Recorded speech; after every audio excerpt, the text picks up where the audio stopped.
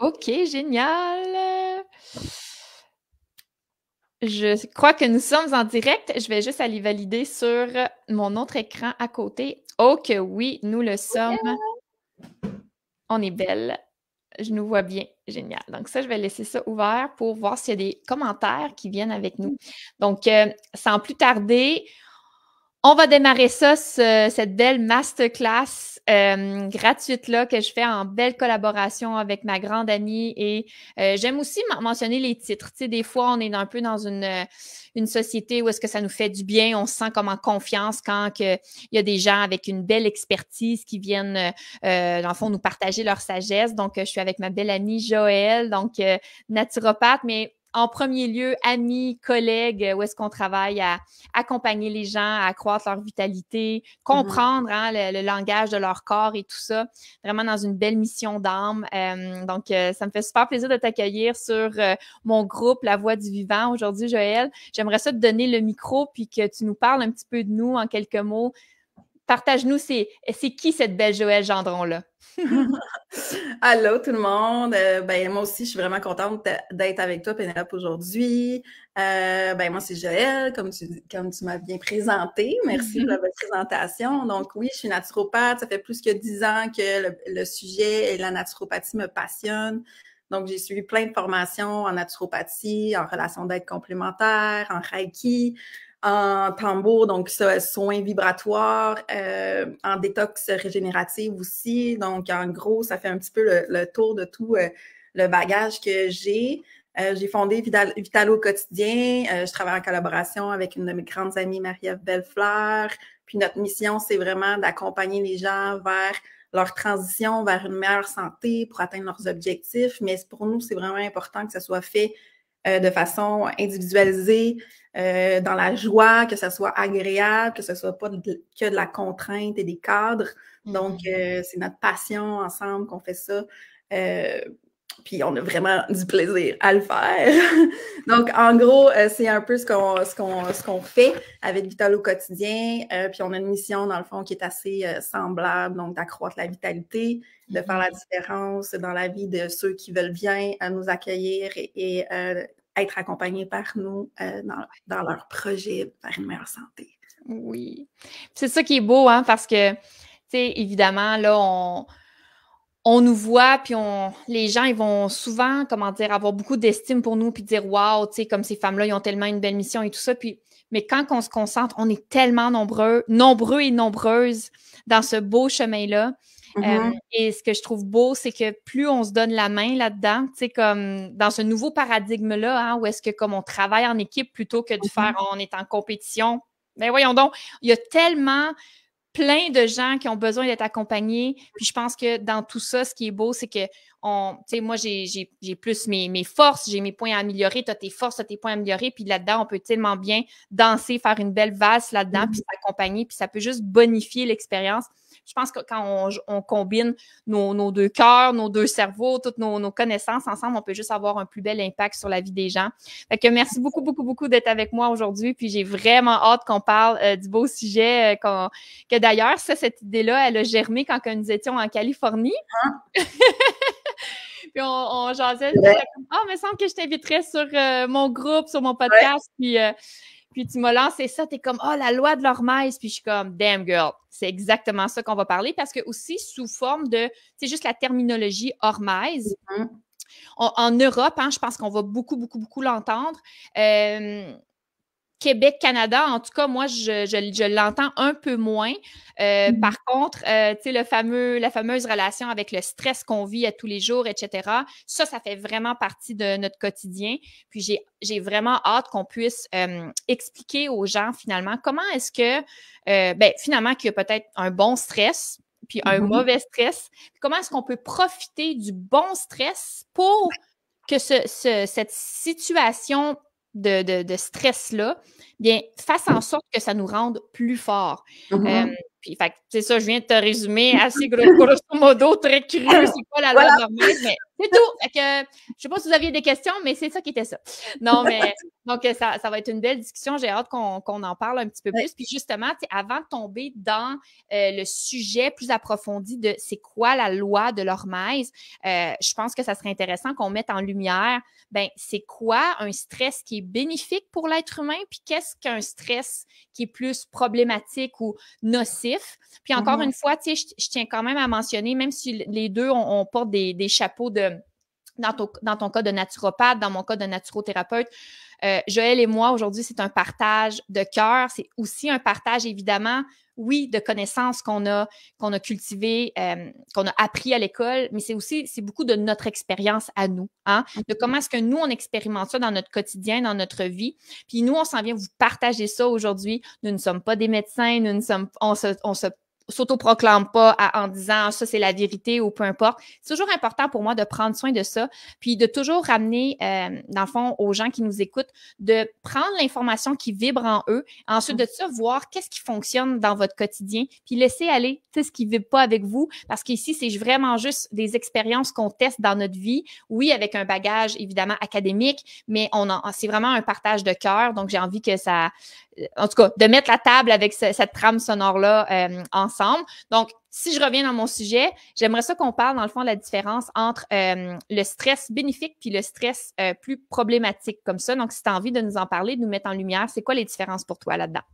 Ouais, c'est ça, comme tu dis. Oh, la lumière s'est éteinte. Ben oui. Le stress, on le voit souvent comme quelque chose qui est mauvais pour nous parce qu'on parle souvent d'un stress qui est trop à long terme. Donc, dans le fond, le stress qui est maléfique, comme on a appelé dans le titre. Donc, le stress plus problématique, ça va être des stress qui vont être trop sur le long terme, qui vont pas nécessairement être d'une très grande intensité, mais qui vont être sur le long terme, qui vont faire en sorte qu'on va toujours vivre ce stress-là, puis que le corps, dans le fond, il n'y a jamais la zone tampon pour s'en remettre. Ouais. Donc, c'est ça le stress maléfique, si on peut dire, donc le mauvais stress. Le bon stress, ça va être du stress qui va nous encourager, dans le fond, à aller de l'avant. Donc, c'est un stress qui va être probablement de courte durée ou modérément, puis qui peut être quand même assez intense, mais qu'on sait qu'on peut le gérer, puis il va y avoir une part d'excitation, une part de motivation à accomplir un défi, à passer à travers une peur, à faire une compétition sportive, à faire un nouveau projet au travail, à débuter un nouveau travail qui nous intéresse. Donc, ça inclut un stress pour le corps, donc il va y avoir du cortisol de sécréter, de l'adrénaline. Par contre, il va être perçu d'une façon bénéfique et il ne sera pas à long terme. Ouais. Donc, c'est ça la différence dans le fond. Puis on va le parler plus tard de la loi de l'hormèse, là, qu'il y a comme une petite nuance qu'on embarque là-dedans. Mais c'est ça, donc on va aller vivre une compétition sportive, on va s'entraîner, les jours avant, on va avoir comme une énergie spéciale, on va se sentir peut-être un peu plus fébrile, mais ce stress-là, on va l'utiliser pour atteindre des performances. Oui. Donc, tu sais, je peux prendre l'exemple, par exemple, tu sais, lors d'un accident, tu sais, c'est des choses qu'on a entendues souvent, la maman elle a arraché la porte de la voiture pour sortir son enfant. Tu sais, c'est un stress dans une mauvaise position, dans un mauvais événement, mais le stress il a été tellement bénéfique qu'elle a pu sauver son enfant. Puis après ça, pendant quelques jours, elle va se reposer, puis elle va s'en remettre. Donc, ce stress-là, il a été bénéfique pour elle dans une situation problématique. Oui. Donc, c'est ça la différence. Oui, absolument. Puis, si on pouvait donner un exemple pour faire, ou si vous avez, les gens qui sont avec nous, on a 4 personnes en ligne avec nous. Si vous avez envie d'y répondre, d'après vous, puis je te pose la question à toi, mais sachant trop que tu connais la réponse, mais d'après vous, quel serait un stress problématique, nocif, que à nos yeux, on penserait pas que c'est un stress problématique, mais que quand on regarde notre société en général, souvent, les gens vont vivre cette situation-là de stress à tous les jours.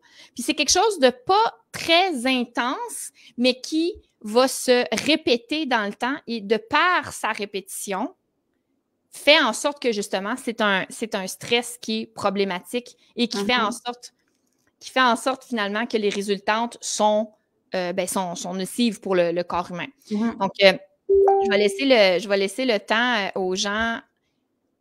Est-ce que tu as T'as-tu une page Facebook d'ouverte par hasard, toi, de ton côté? Ah, je suis en mode concentration, je sais pas. Je vais voir ça sera bien long. Je pense que oui.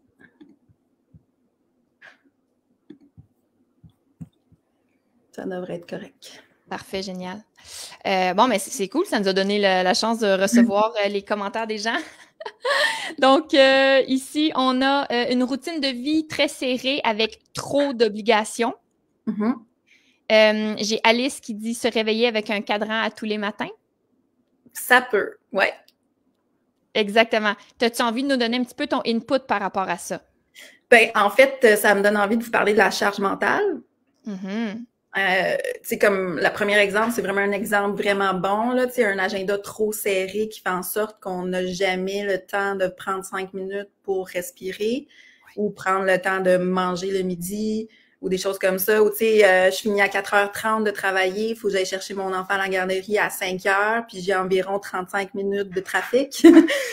Ça, c'est des stress, dans le fond, que c'est quotidien. Puis ça, c'est juste un stress dans la journée, mais il y en a plusieurs autres petits stress, mais qui deviennent énormes parce que, dans le fond, ils s'accumulent puis ils sont constants. Ça peut mener vers un épuisement. Donc, ça, on parle vraiment d'un stress délétère. Oui, exact. Oui, je voulais l'amener parce que des fois, on va donner des exemples où est-ce que, justement, par exemple, la maman qui vit un accident. Fait que là, ça, on dirait, ça, on associe ça à un stress, c'est évident pour nous. Mais le fait de, oui, c'est comme se réveiller, puis comme, OK, vite, brosse-toi les dents, prépare le lunch des enfants, vite au boulot, vite, là, je suis dans le trafic, je me fais couper. Tout ça, c'est tous des petits événements stressants qui amènent justement un épuisement. Donc, je voulais juste amener la petite nuance parce que parfois, c'est ça. Ça peut être clair dans nos têtes, mais j'aime amener beaucoup d'exemples par rapport à ça. Oui, puis en gros, moi, je le vois en consultation, il y a des gens qui vont me dire, ben non, ma vie est pas tant stressante, puis là, on va passer à travers plein de questionnements, puis tout ça, puis on va se rendre compte que dans le fond, il y a un stress par rapport, par exemple, avec la relation, avec le conjoint. Il va y avoir un stress avec financier, puis que, c'est pas facile en ce moment. C'est toutes des petites choses qu'on est tellement habitués d'avoir comme dans notre nuage mental qu'on se rend plus compte que, dans le fond, c'est stressant pour nous.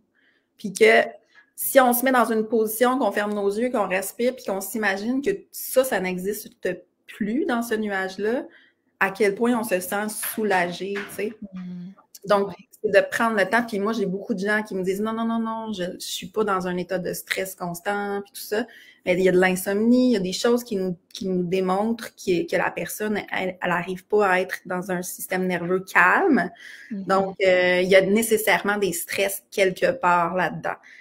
Par exemple, les mamans, ça peut être le maternage. On peut materner tout le monde autour de nous. Mais on s'en rend pas compte, oh non, c'est parce que je les aime, puis je prends soin d'eux, mais on se met une charge sur nous qui est un stress constant, qui devient à un moment donné délétère s'il n'y a plus assez de temps pour la personne qu'elle prenne soin d'elle. Exact. Puis elle est là, la dualité entre ces stress-là, problématiques qu'on va dire, à petite intensité, mais qui vont se répéter dans le temps, qui, eux, vont mener à un épuisement qui est complètement, justement, en dualité, à l'opposé, à l'antipode de nous, ce qu'on veut vous amener comme enseignement aujourd'hui, qui est la loi de l'Hormèse, qui est de se soumettre à un stress, mais que ce stress-là va nous rendre plus forts, qui va faire en sorte que ça soit, justement, bénéfique. Donc, si on pouvait dire, comme en résumé, peut-être comme 3-4 points qui différencie vraiment le stress bénéfique puis le stress problématique. Dans le fond, est-ce que tu es d'accord avec moi qu'on pourrait parler de l'intensité, justement? Oui. Donc, l'intensité du stress, la durée de l'exposition à ce stress-là, comme on a mentionné, puis, ben justement, les effets que ce stress-là a sur notre santé, autant mentale, on a mis beaucoup l'accent sur le mental, mais évidemment sur physique également. Oui, parce que le stress, c'est dans le fond, tout ce qui se passe dans notre vie, c'est une forme de stress, OK? Qu'on s'alimente bien ou pas, c'est une forme de stress pour notre corps. Qu'on utilise un bon langage envers nous-mêmes et envers les autres, c'est bon pour le corps ou mauvais pour le corps, c'est un stress aussi. Donc, dans le fond, l'exposition au soleil, c'est très bénéfique à court terme, à pas trop grande intensité. Puis on s'adapte, on devient bronzé. Si on reste trop longtemps à trop forte intensité, on brûle.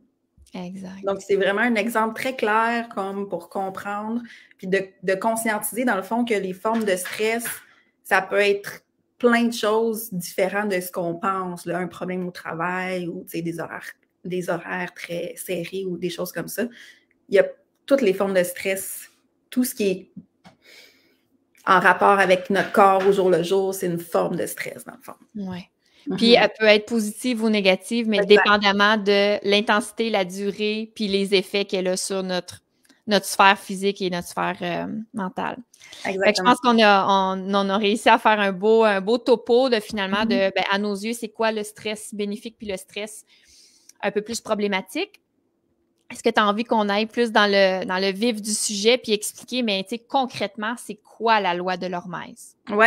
Bien, avant, tu sais, juste pour faire un petit, compléter un petit peu ce côté-là, dans le fond, c'est que aussi un stress bénéfique, on va être capable d'aller dans notre système nerveux parasympathique facilement après un stress bénéfique. Tandis qu'un stress qui est bad, donc mauvais, on va avoir de la difficulté à aller dans notre système nerveux parasympathique, on va rester dans le sympathique. Donc, la différence entre ces deux systèmes-là, c'est que le parasympathique, c'est l'état d'esprit dans lequel on se retrouve quand on est en mode gestion, régénération, on se repose, on dort, on a du plaisir. Donc, ça, c'est la sphère vraiment du parasympathique dans laquelle on veut se retrouver le plus souvent possible.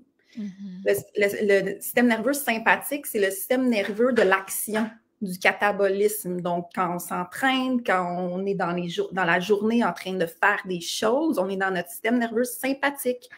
Et encore une fois, si on est capable de switcher facilement, ce n'est pas un problème parce qu'on va pouvoir se reposer, se régénérer.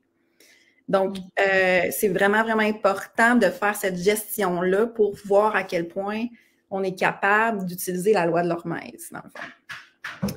Puis là, si je peux vous dire c'est quoi la loi de l'hormèse, dans le fond, c'est qu'on va stresser le corps d'une certaine façon, donc avec un bon stress, à une intensité dans laquelle ça reste bénéfique pour nous et qu'on ait assez de temps par la suite pour s'en remettre. Donc, on veut embarquer dans le système nerveux sympathique et ensuite aller dans le parasympathique. Puis c'est comme apprendre une leçon à notre corps. C'est comme la musculation, par exemple, on va créer une blessure, si on veut, on va laisser le temps au corps de se régénérer, puis on va devenir plus fort. Donc, c'est vraiment ça, la loi de l'hormèse. Puis on peut l'utiliser de plein de façons différentes. C'est comme tantôt, on se parlait juste avant le live, j'étais comme, il fait 16 dans ma maison en ce moment. Donc, moi, je suis en train de stimuler mon corps avec la loi de l'hormèse. Donc, il fait froid. Donc, je démontre à mon corps en ce moment qu'on est en changement de saison, qu'il faut que je m'adapte, que maintenant, mon corps, il n'a plus besoin de se refroidir constamment, mais de se réchauffer constamment. Donc, je vais le faire jusqu'à temps que je sente que mon corps n'est plus à l'aise de produire cette chaleur-là. Ça va aller plus tard dans la journée. Puis là, je vais faire un feu. Puis là, je vais tomber dans mon parasympathique. Donc, je ne vais plus stimuler mon corps à s'adapter. Je vais le réconforter. Puis il va tomber dans « Ah, ça va bien, je suis réchauffée, j'ai plus de stress. » Puis là, il va se renforcer à résister au froid. Oui. Oui, c'est ça qui est beau. Puis on en parlait justement. Dans ça, moi, j'avais rebondi sur le fait de parler de du sport, de l'activité physique. Donc, d'emblée, le sport, l'activité physique, quand on y pense comme ça, intuitivement, on va penser que c'est un stress qui est bénéfique. Right? Puis là, comme tu viens si bien de l'expliquer, par exemple, au niveau musculaire, même cardiovasculaire, on va aller jusqu'à notre seuil, tu sais, comme on va frôler notre seuil de tolérance, mais faut pas le dépasser parce que c'est là que la bascule se fait. Mais on va aller frôler notre maximum, si vous voulez. Ensuite de ça, on va prendre une belle pause, une belle récupération, un temps de régénérescence et le corps va revenir plus fort. Par contre, si avant même là, d'aller dans l'activité comme telle, moi, je dois avoir un processus d'autoresponsabilisation et d'observation de moi-même, de OK, mais en ce moment, dans mon moment présent, là, est-ce que j'ai assez d'énergie pour aller m'entraîner, justement? Avant même d'aller dans l'état de stress, entre guillemets, qui est par exemple C'est comme toi, si, par exemple, tu sens déjà que ton système immunitaire est un peu affaibli, puis que là, il fait 16 dans ta maison, puis que tu es comme, oh yeah, moi, là, je vais travailler la loi de l'Hormèse aujourd'hui. Est-ce que ça serait bénéfique pour, à ce moment-là? Non. Puis on voulait vraiment vous amener ce point-là également parce que souvent, tu sais, c'est comme on est habitué, les êtres humains, c'est noir ou c'est blanc, c'est bon ou c'est mauvais, puis tu sais, d'emblée, mais on va vraiment essayer de vous inviter d'être dans une meilleure pleine conscience de vous-même et de toujours vous évaluer dans quel environnement, évaluer vous, comment vous vous sentez par rapport à la situation qui se présente devant vous, puis de faire, moi, par exemple, moi, aujourd'hui, est-ce que au lieu d'aller courir un 10 km, ça me ferait plus du bien, par exemple, de faire un cours de yoga? Tu sais, de m'adapter là-dedans puis de m'auto-responsabiliser quant à ma capacité à devenir plus forte, entre guillemets, pour m'améliorer en tant qu'être humaine sur tous les plans là, que nous sommes. Donc, j'avais envie d'amener quand même ce petit commentaire-là parce que oui, parce que l'éducation est super importante, mais il faut donner les outils pour que les gens puissent être autonomes dans l'application de ces théories-là, dans le fond. Puis pour moi, c'est vraiment important de ne pas être dans notre cerveau, mais dans notre ressenti quand on veut appliquer des nouvelles choses, parce que le cerveau va faire « Oh, wow, génial, moi, je veux devenir plus forte. » Mais est-ce que tu es dans un état dans lequel c'est le but premier en ce moment?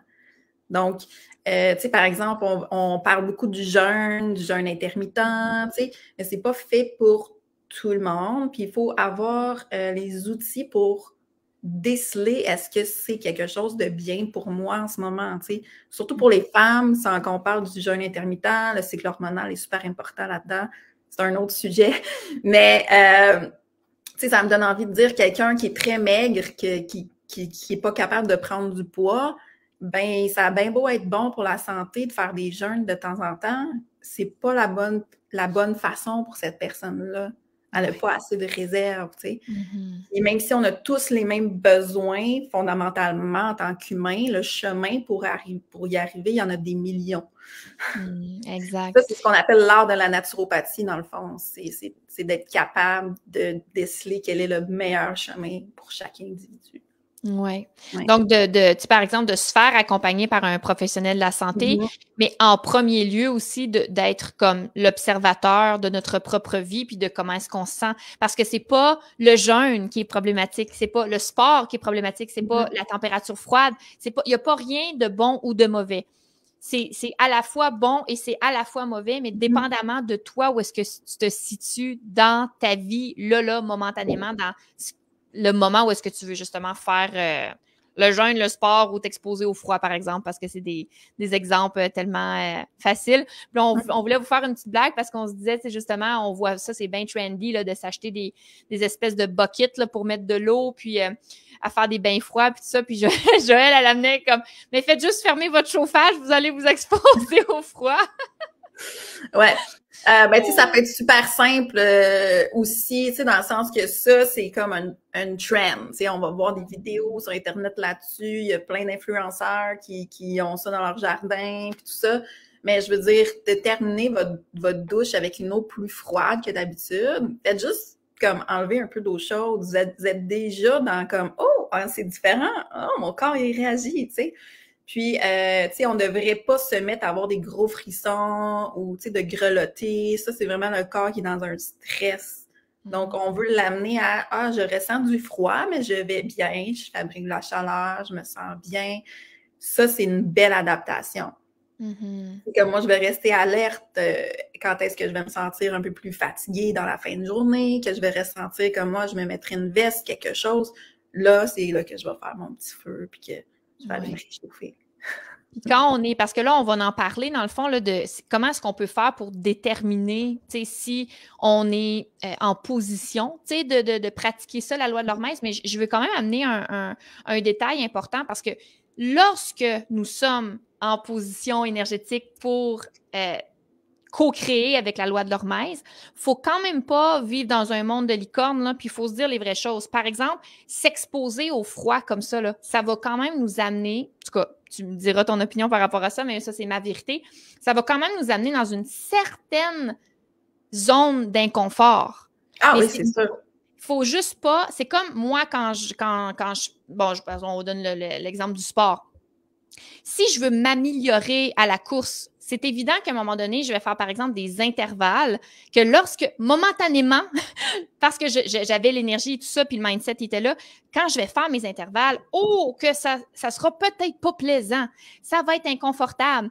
Puis, mais après ça, je vais m'accorder effectivement la bonne nourriture, la régénérescence, le repos, puis je vais m'améliorer. Mais il faut quand même pas non plus, tu sais, c'est comme, OK, oui, on amène un peu d'eau froide. Ben oui, mais quand tu la mets, ton eau froide dans ta douche, là, c'est sûr que tu vas faire « Ouh, puis c'est comme, oh mon Dieu, j'aime pas, je sais pas. » Puis là, tu sais, le narratif mental aussi qui embarque, c'est comment, ben non, fais pas ça ou peu importe, mais comme, après ça, c'est de toujours travailler en équipe avec ces sphères-là, mais de Ben, ça dire va les vraies toujours, choses. comme tu dis, passer par une période d'inconfort. Ouais. Comme, moi, je vais parler devant 150 personnes dimanche. Moi, ça me stresse. C'est quelque chose que j'ai pas l'habitude de faire. Moi, j'ai déjà souffert d'agoraphobie. Tu sais, comme, je pouvais pas aller dans des endroits publics. Ça me créait trop d'anxiété. Mais c'est un défi inconfortable qui me cause un stress, mais en même temps de l'excitation, en même temps de je vais être fière de moi, puis je sais que c'est pour donner, c'est pour faire quelque chose de bien. Fait que oui, c'est inconfortable, mais ça va pas m'amener à je vais mourir sur place. Exact. OK? Puis après ça, je vais pouvoir m'en remettre. Il n'y a aucun problème. C'est parfait. Puis tu sais, plus qu'on s'amène à passer à travers ces défis-là, dans le fond, plus on devient fort. C'est exactement ça, la loi de l'Hormèse. Si mon système nerveux il était usé en ce moment, là, on va parler des 4 stades là, de la fatigue surrénalienne pour vous expliquer.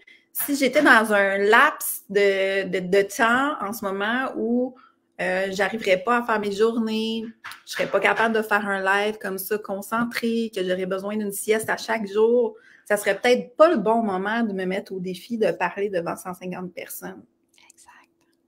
Puis là, j'aurais refusé à ce moment-là. J'aurais fait « Ah, c'est pas le bon moment pour moi. » Mais c'est pas le cas. Exact. Donc, je peux peut-être enchaîner sur comment faire pour savoir si on est apte à relever un défi en ce moment ou si on a besoin de plus de SMS qu'on appelle là, soleil, massage, sommeil. Donc, c'est plus de repos, plus de parasympathique. C'est de parler des 4 stades de la fatigue surrénalienne. Donc, on peut être en très bonne santé, puis pas faire partie de ces 4 stades-là. Je ne sais pas si vous entendez mon chien depuis tantôt. Ça met de la vie. Donc, on peut ne pas faire partie de ces 4 stades-là, puis d'être dans une très grande forme physique, d'avoir une santé énergétique et surrénalienne en super forme, dans le fond. Ou sinon, on peut commencer à aller dans les 4 stades de la fatigue surrénalienne. Puis le premier stade, il est souvent pas décelé chez les gens en général. Parce que c'est le stade où on est overdoer. Donc, on est des grands accomplisseurs. Donc, tout le monde vous dit « Ah, moi, je sais pas comment tu fais pour gérer tes enfants, ta famille, ton travail, nanana, t'es toujours partout, t'as l'air tout le temps comme wouhou, puis tu sais, t'as tout le temps l'air plein d'énergie. » Ça va souvent cacher le premier stade de la fatigue surrénalienne. Donc, c'est le corps qui est encore capable de se mettre dans une certaine résistance. Donc, ça devient un peu rigide, ça devient un peu contre-intuitif. C'est souvent le mental, les obligations qui font qu'on est dans ce stade-là. Par contre, il faut s'en rendre compte parce que sinon, inévitablement, on finit par aller dans le stade numéro 2 de la fatigue surrénalienne, qui là, ça va être un moment où on va sentir, ben voyons, j'arrive plus à faire comme ce que je faisais avant. Il me semble que mes journées sont plus fatigantes, puis j'arrive plus à me concentrer, on me dirait que mon cerveau fonctionne plus comme il faut, je me sens fatiguée. c'est souvent un stade aussi où on va se sentir très, très, très fatigué dans la journée, mais que le soir, on va être boum, on est réveillé, on ne sait pas pourquoi. Ouais. Donc, ça, c'est le cortisol qui est inversé entre le matin et le soir. Ensuite, le troisième stade, ben là, ça va être je commence à avoir besoin de repos pendant la journée, j'ai besoin d'une sieste, j'ai besoin d'aide. Comme là, je commence à me sentir aussi mentalement moins compétent. Ça se peut que le self-esteem, l'estime de soi en prenne un coup aussi parce qu'on n'est plus capable de faire ce qu'on faisait pour vrai. Et là, ça, c'est comme à surveiller très, très, très de façon très, très rapprochée parce qu'on ne veut pas se rendre jusqu'au burn-out parce que c'est ça la quatrième étape. Si on n'arrive plus à se lever, se faire à manger, aller à la salle de bain, ça devient quelque chose de difficile. Il n'y a plus de concentration. Donc là, c'est vraiment ce qu'on appelle le burn-out, c'est l'arrêt de travail. Puis ça, c'est comme la personne, elle a nécessairement passé par les autres stades. C'est juste qu'elle n'a pas été à l'écoute. Donc, pour moi, c'est vraiment important d'expliquer ces stades-là. Puis d'essayer même à la première étape, de se rendre compte que waouh, c'est beau ce que tu arrives à accomplir en ce moment, mais à un moment donné, il va falloir que ça s'arrête puis que tu aies du temps pour toi, que tu puisses relaxer, faire du yoga, de la méditation, de la relaxation, prendre du temps pour marcher, passer du bon temps avec ta famille. Il faut qu'à un moment donné, cette étape-là ne soit pas éternelle. Donc, on parle encore de la loi de l'hormèse. Quand c'est raisonnablement long, on peut s'en remettre. Ouais. Mais plus on va attendre, plus ça va être long de s'en remettre après, tu sais, parce que quand l'engrenage de l'énergie ralentit au point de presque s'arrêter, pour le repartir, ça reprend beaucoup plus c'est pas de la stimulation, mais beaucoup plus d'accompagnement, puis de travail, si on peut dire, beaucoup de repos, puis de remettre ça en branle, c'est plus compliqué. Ouais. Ça laisse beaucoup plus de traces. C'est ça. Ben c'est d'avoir épuisé sa batterie, tu sais, jusqu'au fond, hein, finalement. Donc, tu sais, prenez l'analogie de, je sais pas moi, la batterie de votre téléphone cellulaire. Ben si vous reste 90% de batterie, puis vous le branchez, ça va y prendre 10 minutes, puis il va être plein, plein, plein. Ouais. Puis si vous le mettez jusqu'à 0, votre téléphone ferme, ben là, imaginez, là, vous le pluguez, puis là, il vous laisse même pas le rallumer. Il faut qu'il attende d'être à 5% pour qu'il se rallume. Mais c'est, tu sais, faites des ponts avec votre vie, puis regardez comment est-ce que ça s'opère dans votre vie à vous. Puis, Joëlle, elle a tellement donné des bons exemples concrets avec des choses qu'on vit dans la vie de tous les jours que c'est évident que vous pouvez vous identifier à une des 4 étapes. Puis, tu sais, de justement, probablement que la majorité d'entre nous est entre l'étape 1 et l'étape numéro 2, par exemple.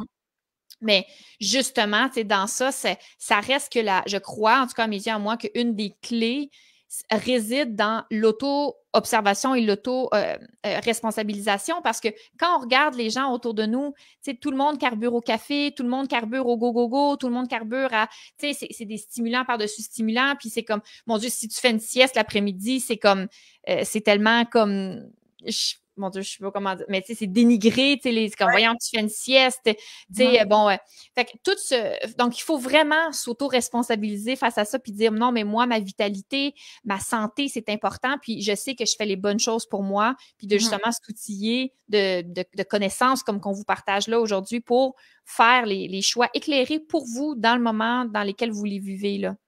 Exact. C'est super bon, l'analogie du téléphone cellulaire. Moi, j'aime bien utiliser l'analogie de la carte de crédit. Donc, nos surrénales, c'est comme une carte de crédit. Quand on boit du café, tu utilises ta carte de crédit. Quand tu prends des gourous, tu utilises ta carte de crédit. Quand tu dors pas assez, tu utilises ta carte de crédit. Il y a un moment ou un autre, il faut prendre le temps de la rembourser. Ou sinon, elle va être pleine. Puis tu ne pourras plus l'utiliser. C'est là que tu arrives au stade 4. Donc, pour moi, tu sais, la loi de l'hormèse, c'est quelque chose de super intéressant, mais souvent, ça va passer par rentrer dans le parasympathique, revenir, sortir de ces 4 étapes-là de la fatigue surrénalienne et ensuite stimuler la loi de l'hormèse pour devenir plus fort puis être capable justement d'en prendre plus dans nos journées, de devenir plus résilient. de devenir plus flexible, d'être capable de s'adapter à des nouvelles situations, des changements de situation. C'est ça le but, dans le fond. Tu sais, c'est pas j'utilise la loi de l'Hormèse juste pour utiliser la loi de l'Hormèse, puis c'est cool. C'est vraiment dans l'optique d'être capable de se dire, je pars en voyage dans un pays complètement différent, puis j'arrive là-bas, puis je suis capable de m'adapter, tu sais. Puis ou tu sais, il arrive quelque chose momentané dans ma journée, que ça va prendre finalement 2 heures, puis que je panique pas pour faire tout le reste de ma journée, puis que mon système nerveux reste calme. Il y en a vu d'autres, tu sais. Donc, ça, on l'acquiert aussi avec l'âge, avec les expériences, mais ça fait partie de tout ça, la loi de l'Hormèse. Puis, si vous êtes dans le stade 1, 2, 3, 4, pas de panique. Comme tu dis, la plupart des gens dans notre société ont fait partie de ces 4 stades-là. Puis ça va, puis ça vient, hein? C'est pas une condamnation au stade 3, là. On peut vaciller d'une semaine à l'autre selon ce qui nous est demandé, puis c'est là qu'on va adapter des demandes d'adaptation que nous, on a le contrôle dessus aussi.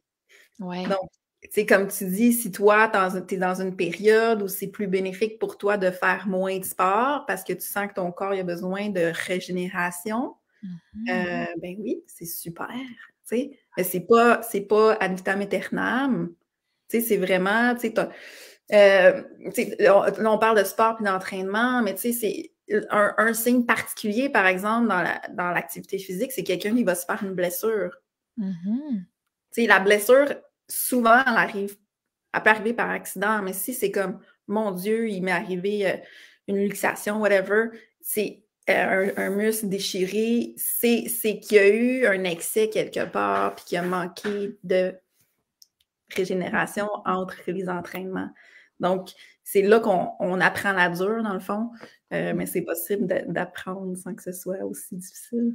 Oui, au même titre que votre corps, à tous les jours, va vous envoyer des signaux comme quoi qu'il est fatigué, comme quoi qu'il a besoin de retourner vers lui, qu'il n'a pas besoin d'écouter Netflix le soir, mais qu'il a besoin d'aller se coucher, qu'il n'a pas besoin de, justement, manger le soir tard, mais qu'il a besoin de repos, qu'il a besoin de faire de la méditation. Mais on est tellement déconnecté de notre corps, mais pourtant, c'est si facile. C'est comme, mais comment me reconnecter? Fais juste t'asseoir avec toi-même, va en nature.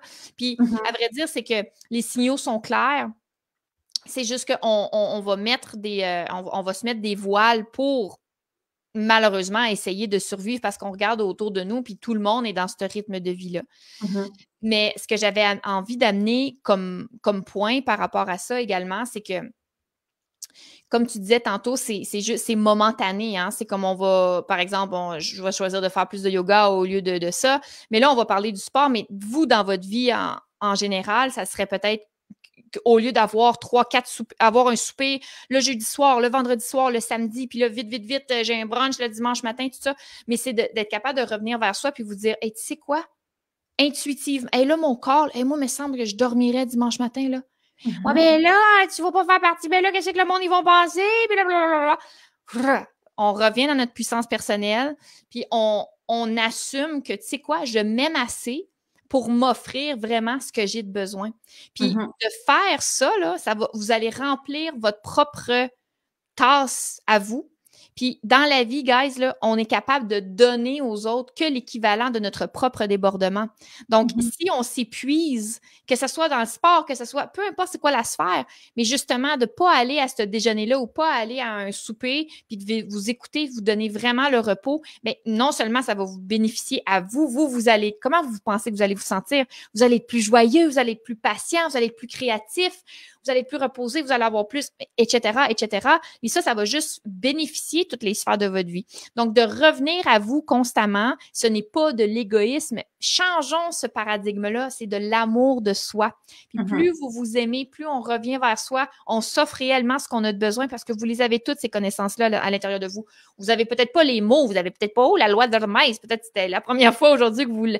Mais par contre, vous le savez bien trop que le matin, là, vous êtes fatigué, c'est pas du café que vous auriez besoin. Si vous auriez eu besoin de 30 minutes à 1 heure de sommeil de plus, bien ça, couchez-vous plutôt la veille, mais mettez en marche, mettez déjà en application ce que vous êtes capable, ce sur quoi vous avez du contrôle dessus. Puis justement, j'aimerais ça peut-être qu'on, comme dernier petit stretch là, de partage, qu'on D'après toi, ça serait quoi justement des actions, comment est-ce qu'on pourrait mettre en application des choses pour prendre soin de nous? Tu sais, là, on a parlé de se retrouver en nature, de faire de la méditation, etc. Tu sais, toi, dans tes yeux à toi, qu'est-ce qui serait facile à mettre en application pour opérer justement de la régénérescence, du repos, pour que les gens ne se rendent pas dans des stades 3 et 4 là, de l'épuisement surrénal? Ouais, ben pour moi, la prise de conscience, c'est la première étape. Donc, tu sais, tu donnais l'exemple de se coucher tard, regarder Netflix, grignoter. La première chose, c'est pas nécessairement d'arrêter de grignoter, mais c'est de faire comme ah, là, je grignote, je prends de conscience que pourquoi je grignote. Un, peut-être parce que tu es fatigué puis tu essaies de te stimuler, puis quand on mange des choses qu'on grignote le soir, ça fait sécréter du cortisol. Donc, ça nous aide à garder réveillés. Donc, pourquoi tu veux rester réveillé puis regarder Netflix? Ah, ben peut-être que j'ai pas eu assez de plaisir pendant ma journée. Donc, prendre conscience de pourquoi est-ce que je fais ça. Au lieu de, c'est pas nécessairement dire j'arrête, c'est terminé. Je m'interdis de manger le soir puis d'écouter Netflix. Ça, c'est dans la restriction, l'humain n'aime pas ça. Donc, pourquoi est-ce que je fais ça? J'ai manqué de plaisir. Parfait. Je prends mon agenda. Est-ce que la semaine prochaine, je peux me planifier des sphères, des points dans mon horaire où je pourrais avoir du plaisir? Puis, tu sais, parfois, même, les gens, ils ne savent pas c'est quoi pour eux avoir du plaisir. C'est qu'est-ce qui te fait plaisir? Je sais pas. Tu sais? Donc, déjà, de prendre conscience de qui on est, de c'est quoi nos désirs, de qu'est-ce qui nous rend dans la joie, de ce qui nous fait plaisir, c'est vraiment important. C'est pas de se restreindre encore plus. Donc, quand on est dans des énergies positives, ça devient beaucoup plus facile de se coucher plus tôt, de manger mieux, de se respecter, de faire des bons choix, puis d'avoir un mode de vie qui est plus sain. Puis c'est pas de se flageller, de se dire « Oh mon Dieu, je suis pas capable, j'y arrive pas, nanana », tu sais, non. Il y a le EFT qui est super intéressant à ce niveau-là. C'est même si je suis je m'aime et je m'accepte comme je suis en stimulant des points d'acupuncture, c'est super simple, vous pouvez aller voir des vidéos sur Internet là-dessus. L'EFT est vraiment important pour la gestion de je m'accepte et je prends conscience de ce qui se passe et pourquoi j'ai des patterns comme ça. Donc, pour moi, la prise de conscience, c'est vraiment la première étape, puis de s'aimer là-dedans, puis de s'accepter. Puis ensuite, ça devient comme beaucoup plus léger d'inclure, de prendre soin de soi, de faire des bons choix. C'est tellement un beau partage que tu fais là. Fait que c'est ça, tu sais, la pleine conscience dans tout ça, c'est souvent la clé de tout. Parce que quand on prend conscience puis qu'on n'est plus dans un automatisme, ben on n'est pas victime de notre vie. On est pleinement créateur, créatrice de ce qui se passe autour de nous. Puis encore une fois, comme tu le dis si bien, sans que ça soit dans la rigidité, dans la privation ou au contraire. Tu sais, c'est juste de prendre conscience puis de s'accepter dans ça puis d'y aller vraiment une étape à la fois dans la douceur, dans l'amour et tout ça. Et merci beaucoup pour cette belle clé. Je crois que qu'elle répond amplement, là, dans le fond, à la première étape à entamer. Comme mot de la fin, Joëlle, qu'est-ce que tu aimerais dire pour clore, dans le fond, tous ces apprentissages-là, mais surtout ces mises en application face à la loi de l'Hormèse? Qu'est-ce que tu aimerais partager aux gens qui nous écoutent en ce moment? Ben, j'aimerais leur dire que explorer, dans le fond, ce qui vous fait vibrer aujourd'hui dans ce qu'on a parlé, tu sais, puis la loi de l'Hormèse, puis la stimulation, on a parlé du sport, on a parlé de la stimulation chaud-froid, on a parlé du jeûne, mais ça peut être plein de choses. Tu sais, la loi de l'Hormèse, dans le fond, c'est qu'est-ce qui te fait peut-être peur en ce moment? Est-ce que tu as peur de dire quelque chose à quelqu'un? Parce que ça va te créer un stress. Tu comprends? C'est toutes les mêmes étapes. Oui. Donc, qu'est-ce qui te fait peur en ce moment? Puis quel est le premier pas en avant que tu pourrais faire pour transcender cette peur-là? Ça, c'est déjà un stress adaptatif. Donc, on parle de la loi de l'Hormèse.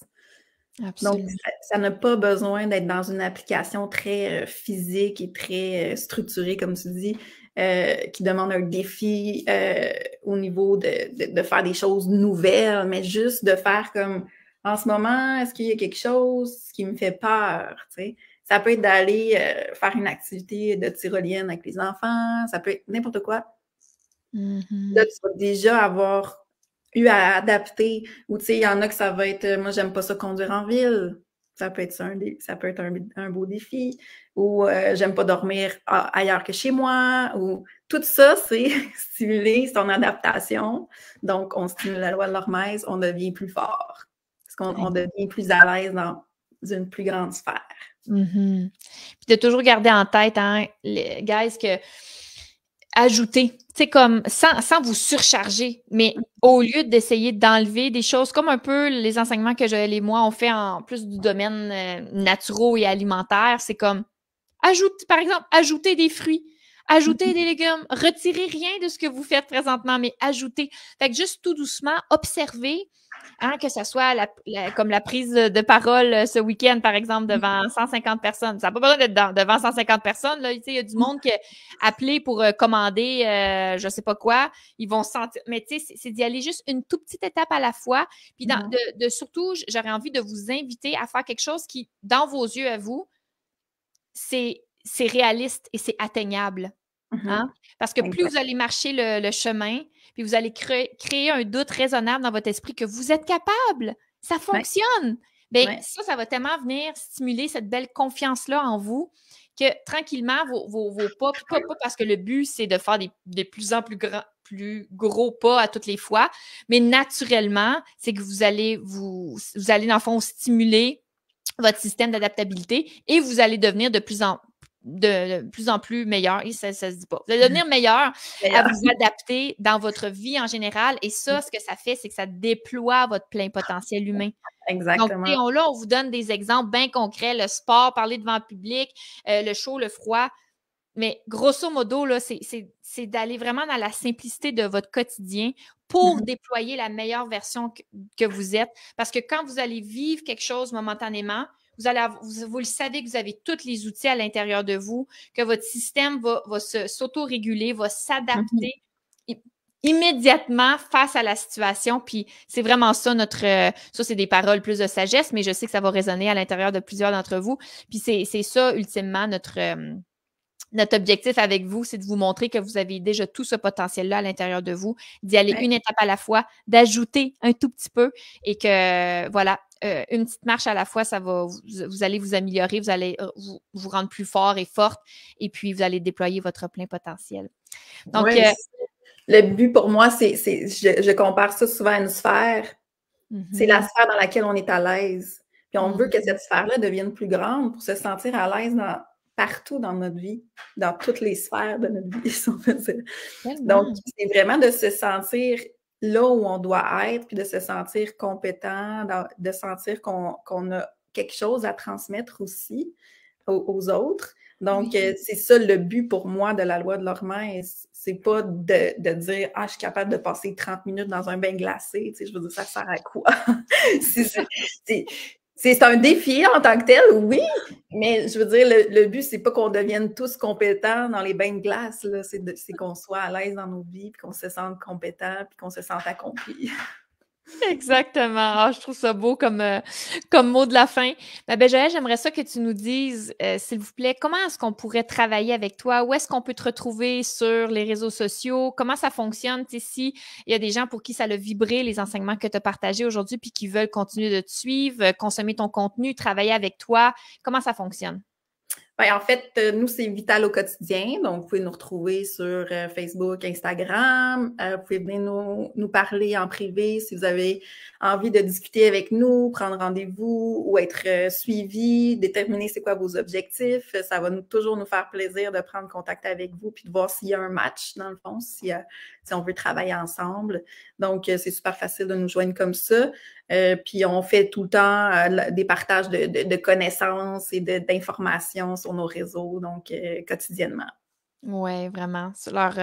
Moi, je vous suis plus sur Instagram, puis leur reel et tout ça, là, c'est vraiment toujours des pépites, même si des fois on se dit « Ah, mais je le savais, ça ».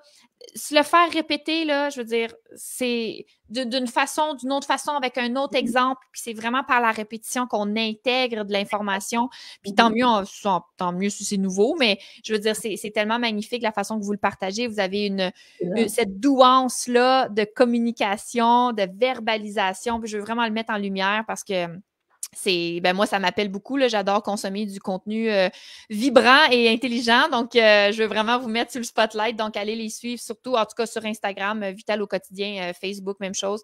Puis, moi, de toute façon, Joël, je vais mettre vos informations, dans la description de tout ça. Cet épisode-là va être aussi disponible sur la chaîne YouTube et sur podcast. Donc, ça va être sur le groupe Facebook, mais sur toutes les autres plateformes également. Donc, on va essayer de mousser ça au maximum là, pour que tout le monde, en tout cas, qui désire nous écouter, puisse bénéficier de ça. Donc, je te dis un gigantesque merci pour ton temps, pour ton amour, pour toute la valeur que tu as amenée, la contribution que tu nous offres aujourd'hui. J'apprécie tellement du fond du cœur. Merci à tous ceux et celles qui étaient présents avec nous en live et surtout merci à ceux et celles qui sont là en rediffusion. N'hésitez pas à revenir vers nous, nous poser des questions sur les réseaux sociaux, interagir avec nous, ça nous fait vraiment plaisir, ça fait vraiment partie de notre mission de vie. Donc, Joël, merci encore une fois. Merci à toi de nous offrir cette plateforme-là pour s'exprimer, ça fait vraiment plaisir. Puis, toujours un grand plaisir de discuter avec toi et d'échanger, c'est vraiment le fun. De tout mon cœur, je te remercie tellement, tellement, tellement.